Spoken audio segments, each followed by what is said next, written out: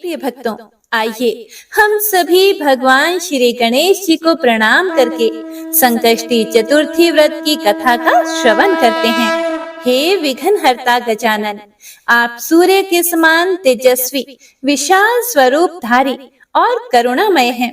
कृपया हमारी इस कथा में अपनी मंगलमय उपस्थिति प्रदान करें और इसे निर्विघ्न रूप से पूर्ण होने का आशीर्वाद दें। हम अल्प बुद्धि साधक हैं। हमारे शब्दों, उच्चारण, भाव या भावना में अगर कोई त्रुटि हो जाए तो हाथ जोड़कर क्षमा याचना करते हैं। हे गणपति महाराज, हमारे मन, वचन और कर्म की सभी भूलों को क्षमा करना, हमें सत्य, श्रद्धा और भक्ति के मार्ग पर स्थिर रखना। आपकी कृपा से ही यह कार्य सफल हो सकता है। ओम श्री गणेशाय नमः। एक बार पार्वती जी ने गणेश जी से पूछा, हे गजानन, ज्येष्ठ माह के कृष्ण पक्ष की जो चतुर्थी कही गई है, उस दिन कौन सी गणेश का किस विधि से पूजन करना चाहिए और उस दिन भोजन में क्या ग्रहण करना चाहिए? हे प्रिय भक्तों, माता पार्वती जी के प्रश्न का उत्तर देते हुए भगवान श्री गणेश बोले, हे माता, ज्येष्ठ मास के कृष्ण पक्ष की चतुर्थी को संकष्टी चतुर्थी कहते हैं। माते, ज्येष्ठ कृष्ण चतुर्थी सौभाग्य देने वाली होती है।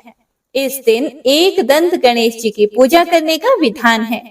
इस तिथि पर सुबह और शाम दोनों समय गणेश जी की पूजा करें और घी से बनी मिठाइयों का नैवेद्य लगाएं, अर्थात हलवा, लड्डू, पूरी आदि बनाकर गणेश जी को समर्पित करें।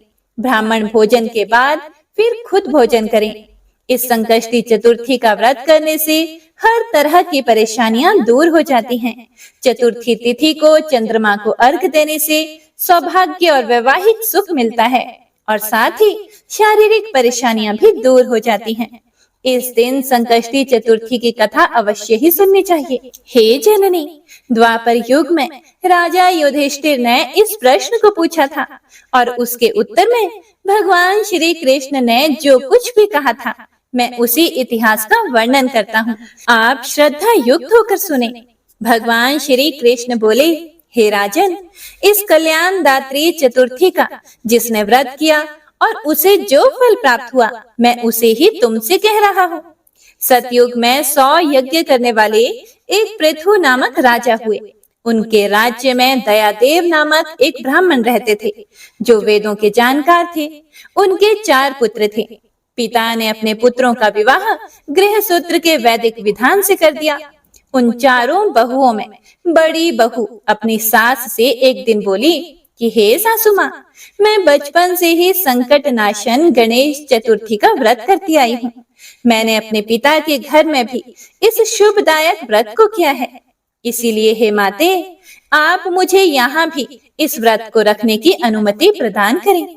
अपने पुत्र वधू की बात सुनकर उसके ससुर ने कहा, हे बहू, तुम सभी बहुओं में श्रेष्ठ और बड़ी हो।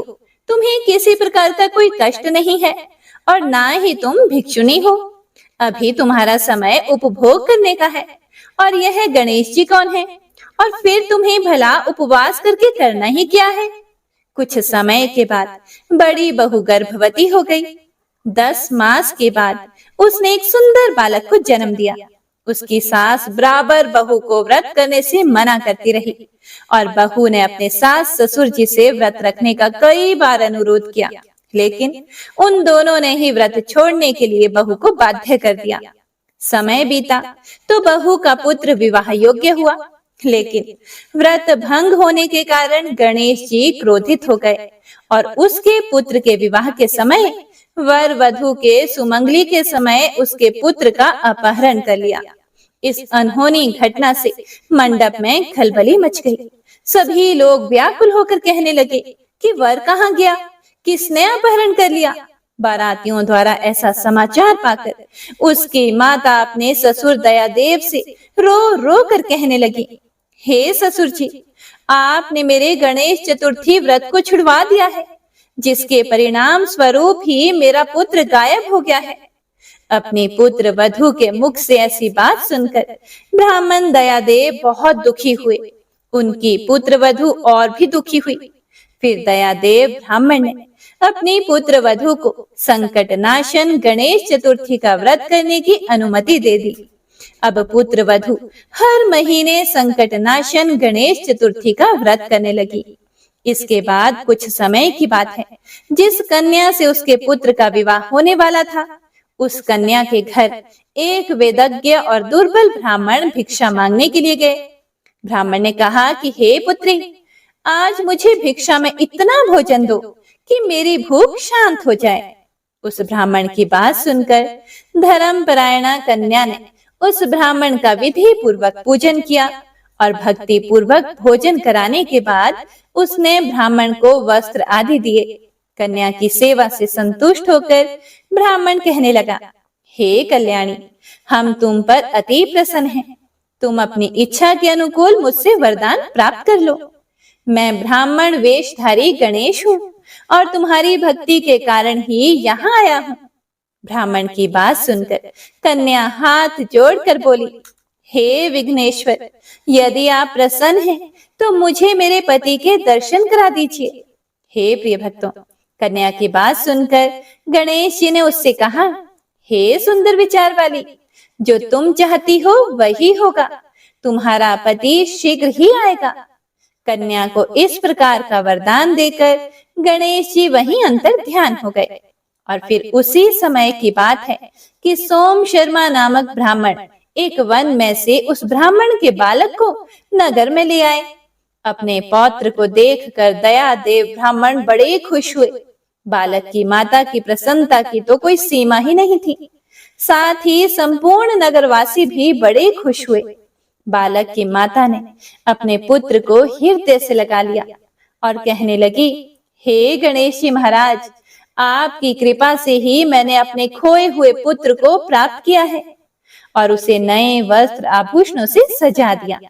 दयादेव ब्राह्मण तो बार बार सोम शर्मा को प्रणाम करके कहने लगे, हे द्विजराज, आपकी कृपा से मैंने खोए हुए पुत्र को प्राप्त किया है। मेरा खोया हुआ बालक घर में आ गया। सोम शर्मा को फिर स्वादिष्ट भोजन कराकर धोती दुपट्टा से विभूषित कर गौदान दिया। फिर से मंडप का निर्माण करके विधि पूर्वक वैवाहिक कार्य संपन्न किया गया। इससे सभी नगरवासी बहुत प्रसन्न हुए और वह भाग्यशालिनी कन्या भी अपने पति को पाकर धन्य हो उठी। बोलिए गणेश जी महाराज की जय। हे प्रिय भक्तों, ज्येष्ठ मास की कृष्ण पक्ष की चतुर्थी तिथि मनुष्यों के मनोरथ को पूर्ण करती है। इस दिन स्त्री पुरुषों को एक दंत गणेश जी की पूजा करनी चाहिए। इस प्रकार संकष्टी चतुर्थी की व्रत कथा सुनाते हुए भगवान श्री गणेश अपनी माता पार्वती से बोले, हे माते, भक्ति पूर्वक जो भी मनुष्य इस व्रत को और पूजन को करेंगे, उनकी संपूर्ण इच्छाएं गणपति जी की कृपा से पूरी होंगी। श्री गणेश जी भगवान आगे कहते हैं कि हे देवी पार्वती, पूर्व काल का पूरा वृतांत मैंने आपको सुना दिया। इस लोक में इससे श्रेष्ठ विघ्न विनाशक कोई दूसरा व्रत नहीं है। भगवान श्री कृष्ण जी कहते हैं, हे धर्मराज, आप भी विधि पूर्वक गणेश जी का व्रत कीजिए। इसके करने से आपके शत्रुओं का नाश होगा तथा अष्ट सिद्धियां और नव निधियां आपके सामने करबद्ध होकर खड़ी रहेंगी। हे धर्मपरायण, हे युधिष्ठिर, आप अपने भाइयों, धर्मपत्नी और माता के सहित इस व्रत को कीजिए। इससे थोड़े समय में ही आप अपने राज्य को प्राप्त कर लेंगे। तब धर्मराज युधिष्ठिर ने भी ज्येष्ठ कृष्ण चतुर्थी का व्रत किया और अपने शत्रुओं पर विजय प्राप्त की। हे गणेश जी महाराज, कथा को सुनने वाले, सुनाने वाले और हुंकारा भरने वाले सभी भक्तों पर अपना आशीर्वाद बनाए रखना, सभी के कष्टों को दूर करना और सभी भक्तों की मनोकामनाओं को पूर्ण करना। सभी भक्तजन एक बार प्रेम से बोलिए, एक दंत गणेश जी महाराज की जय। बोलिए चौथ माता की जय। तो आइए अब बड़ी चौथ माता की कथा को सुनते हैं। इस कथा को सुनने से ही व्रत पूर्ण माना जाता है तथा समस्त मनोकामनाएं भी पूर्ण होती हैं। कथा के अनुसार एक गांव में एक गरीब बूढ़ी माई रहती थी। भगवान के आशीर्वाद से उसका एक बेटा भी था। वह अपने बेटे से बहुत ज्यादा प्यार करती थी, इसीलिए अपने बेटे की लंबी उम्र और सलामती के लिए 12 महीने की चौथ माता के व्रत रखती थी। चौथ माता का व्रत सुहागिन महिलाएं अपने पति की लंबी उम्र और अपने बच्चों के अच्छे स्वास्थ्य, सही सलामती के लिए रखती हैं। वह बूढ़ी माई हर चौथ के व्रत में शहर जाकर अपनी सामर्थ्य के अनुसार पंसारी की दुकान से थोड़ा सा घी और गुड़ लाती थी और उसके 4 लड्डू बनाती थी। उन 4 लड्डुओं में से एक से पूजा करती थी, एक लड्डू हथकार के लिए निकालती थी और एक से वह चंद्रमा के दर्शन करके स्वयं खा लेती थी और एक अपने बेटे के लिए रख देती थी। एक बार उसका बेटा अपनी ताई से मिलने के लिए गया। जब अपनी ताई के घर पहुंचा तो उसने देखा कि उन्होंने वैशाख चौथ का व्रत रखा हुआ था। बड़ी उत्सुकता से लड़के ने पूछा कि मेरी माँ तो 12 चौथ का व्रत करती है। इस पर उसकी ताई ने बोला कि तेरी माँ तो तेरी कमाई खाने के लिए ये व्रत करती है। लड़के ने सोचा कि ताई सच कह रही है, वह बूढ़िया लड्डू खाने के लिए व्रत रखती है। लड़के के दिमाग में नकारात्मक विचार घर कर गए। वह अपनी माँ पर ही शक करने लग गया। घर आकर लड़का अपनी माँ से बोला कि माँ, मैं प्रदेश जा रहा हूँ, तू मेरी सारी कमाई खा लेती है। इस पर माँ ने उसे बहुत समझाया, लेकिन उसके दिमाग में तो शक घर कर गया था। इसीलिए उसकी नकारात्मक सोच उसे प्रदेश जाने पर मजबूर कर रही थी। उसकी माँ ने लाख कोशिश की उसे मनाने की, लेकिन वह नहीं माना। इसीलिए उसकी माँ ने उसे अपने साथ ले जाने के लिए चौथ माता की आंखें दिए और अपने बेटे से कहा कि यह आंखें मुसीबत में तुम्हारे काम आएंगी। बेटा कुछ समझ नहीं पा रहा था, लेकिन उसने अपनी माँ की यह बात मान ली और आंखें ले लिए। वह प्रदेश जाने के लिए यात्रा कर रहा था कि उसको एक नगर में जाते समय रास्ते में एक बूढ़ी माई दिखाई दी। लड़के ने जब ध्यान से देखा तो बूढ़िया माई रो रही थी। वह रो भी रही थी और साथ में खीर और पुए भी बना रही थी। लड़के ने पास जाकर पूछा कि हे बुढ़िया माई, आप क्यों रो रही हैं? फिर बूढ़ी माँ ने बताया कि इस नगर की पहाड़ी पर एक दैत्य रहता है।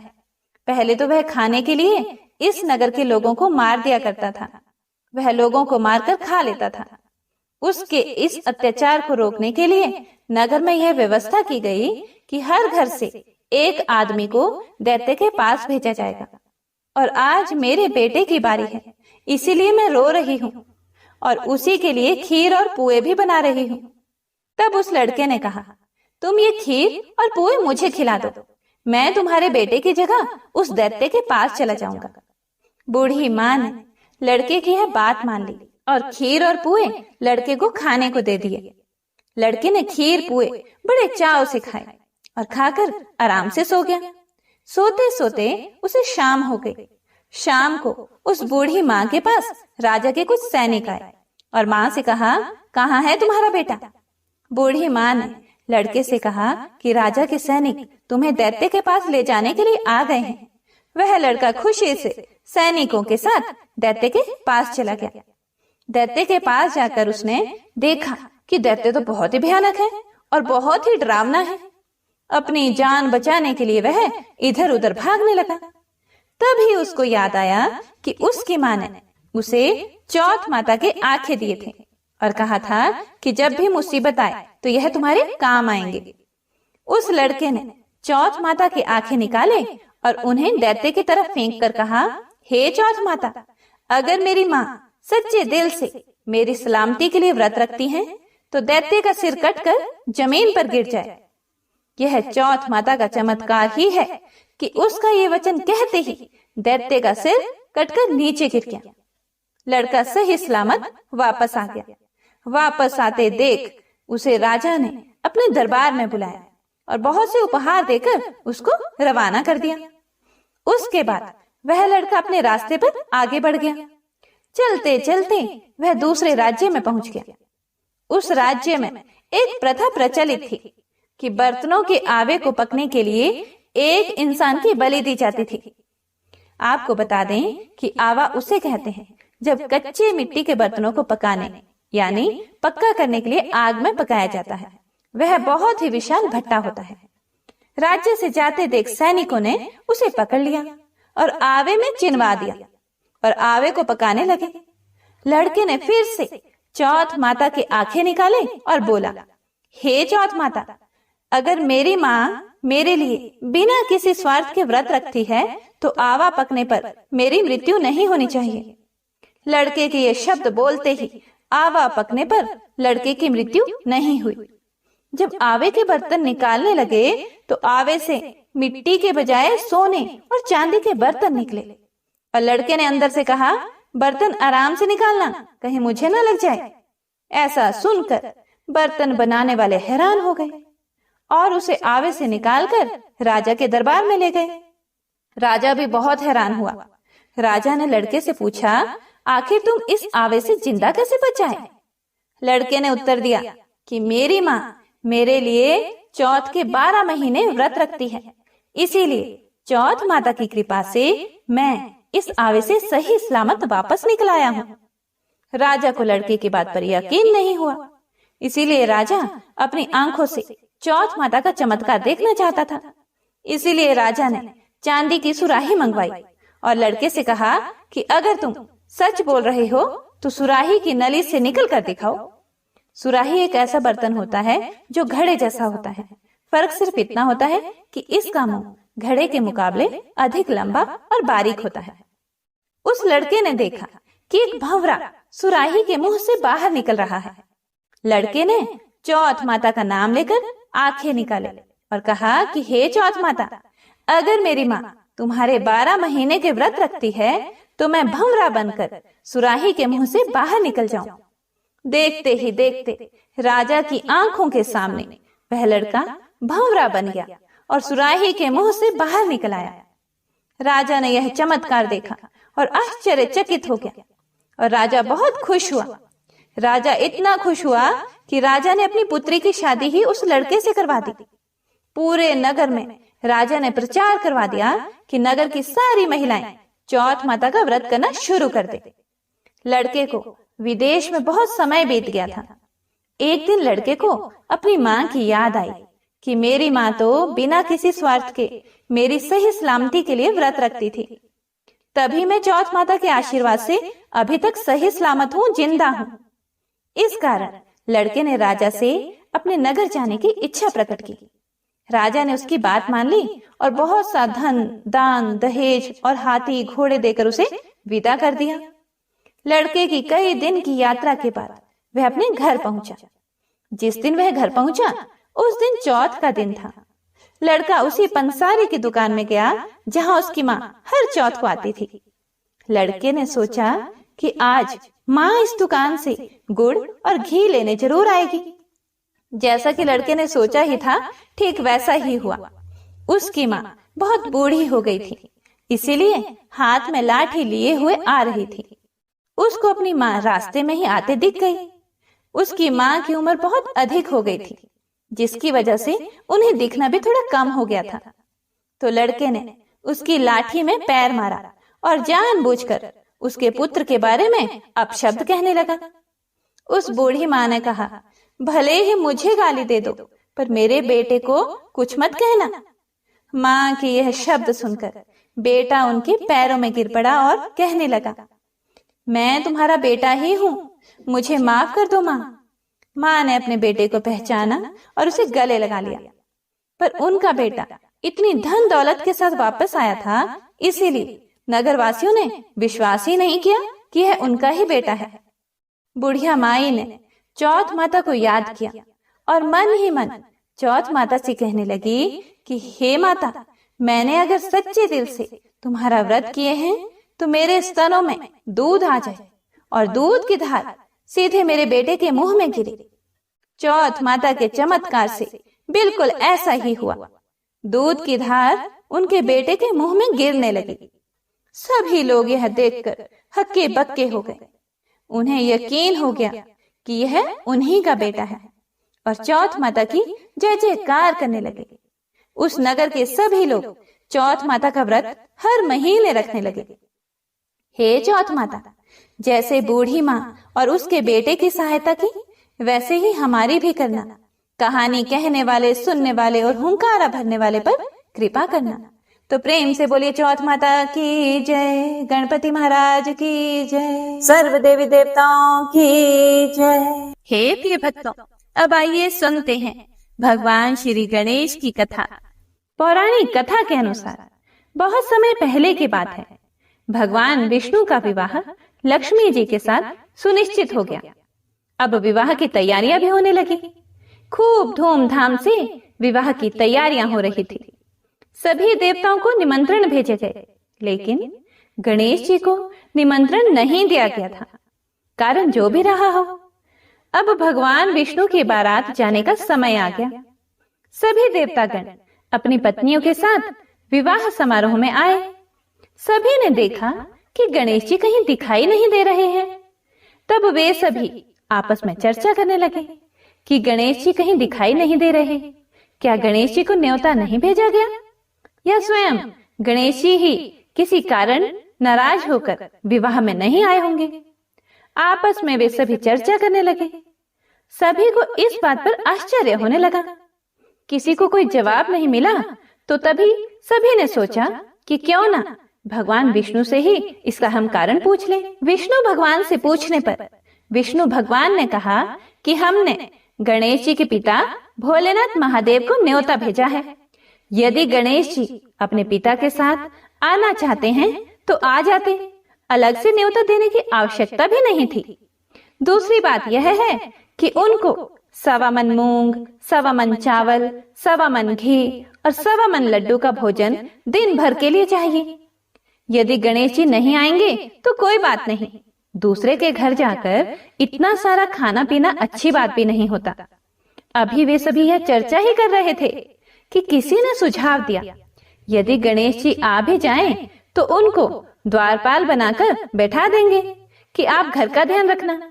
आप तो चूहे पर बैठकर धीरे धीरे चलोगे तो बारात से बहुत पीछे रह जाओगे।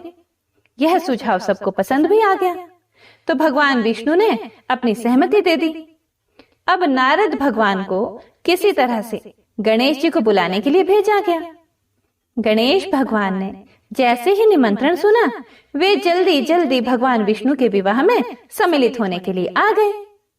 अब जब समारोह में गणेश जी उपस्थित हो ही गए, तो जैसा कि सभी देवी देवताओं ने मिलकर विचार विमर्श किया था, तो गणेश भगवान को किसी तरह से समझा बुझाकर घर की रखवाली करने के लिए बैठा दिया गया। अब बारात चल दी।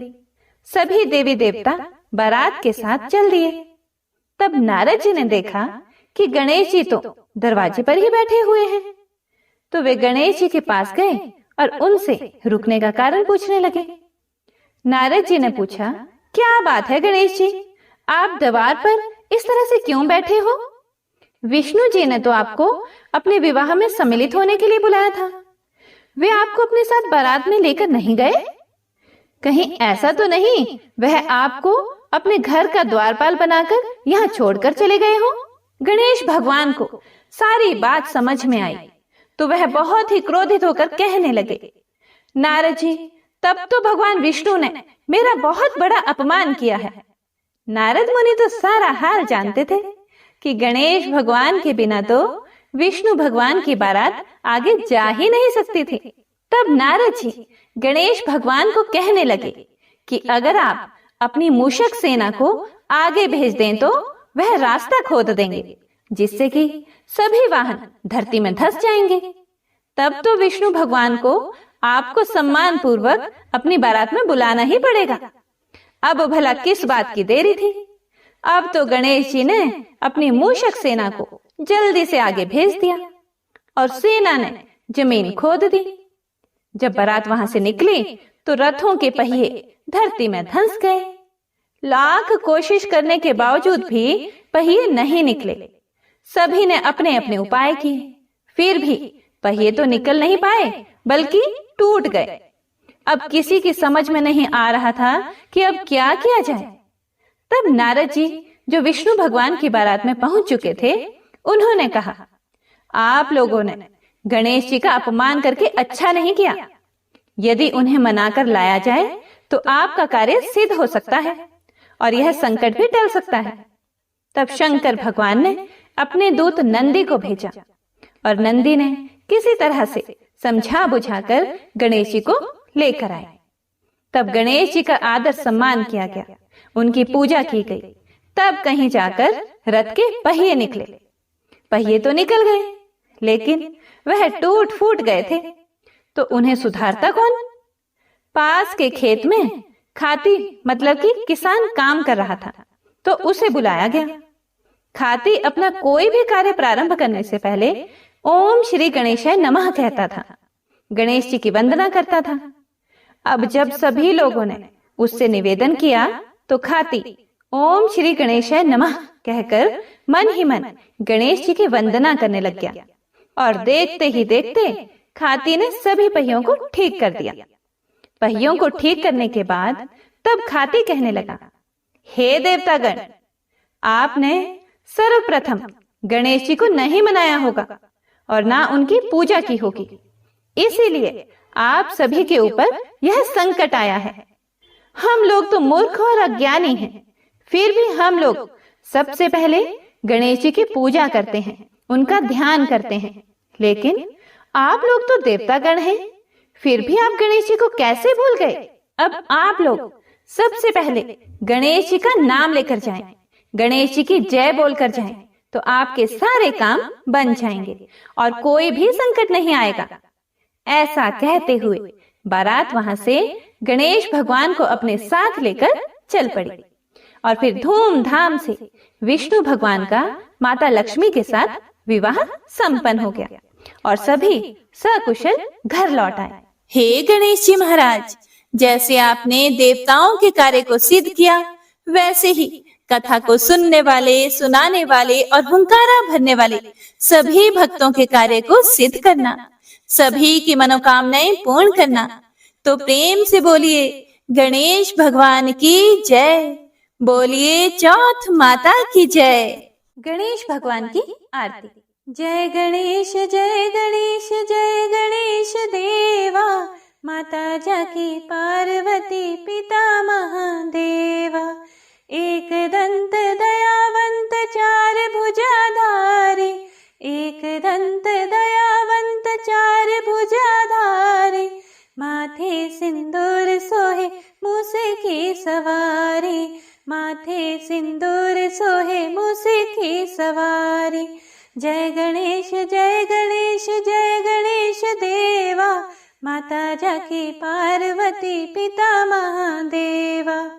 पान चढ़े फूल चढ़े और चढ़े मेवा, पान चढ़े फूल चढ़े और चढ़े मेवा, लड्डुअन का भोग लगे संत करे सेवा, लड्डुअन का भोग लगे संत करे सेवा।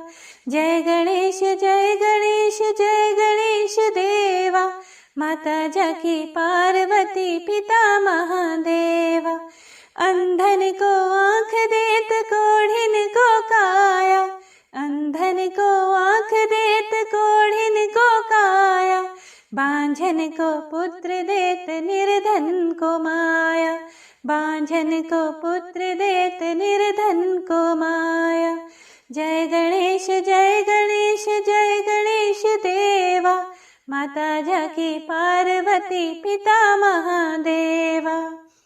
सूर्य श्याम शरण आए सफल कीजे सेवा, सूर्य श्याम शरण आए सफल कीजे सेवा, माता जाकी पार्वती पिता महादेवा, माता जाकी पार्वती पिता महादेवा। जय गणेश जय गणेश जय गणेश देवा, माता जाकी पार्वती पिता महादेवा। दीनन की लाज रखो शंभु सुतकारी, दीनन की लाज रखो शंभु सुतकारी, कामना को पूर्ण करो जाऊं बलिहारी, कामना को पूर्ण करो जाऊं बलिहारी।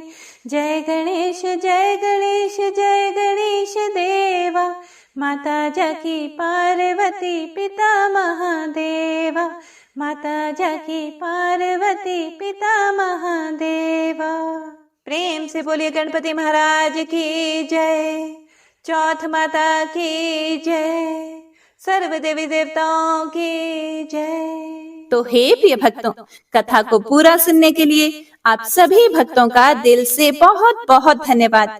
भगवान श्री गणेश और चौथ माता आप सभी को कथा सुनने का पुण्य फल प्रदान करें और भगवान आपकी सभी मनोकामनाओं को पूर्ण करें। हे प्रिय भक्तों, कथा पसंद आई हो तो इसे ज्यादा से ज्यादा शेयर कीजिएगा ताकि और भक्तजन भी इस कथा को सुनकर पुण्य फल प्राप्त कर सकें। तो मिलते हैं अगली कथा के साथ, तब तक के लिए जय माता दी, जय श्री गणेश।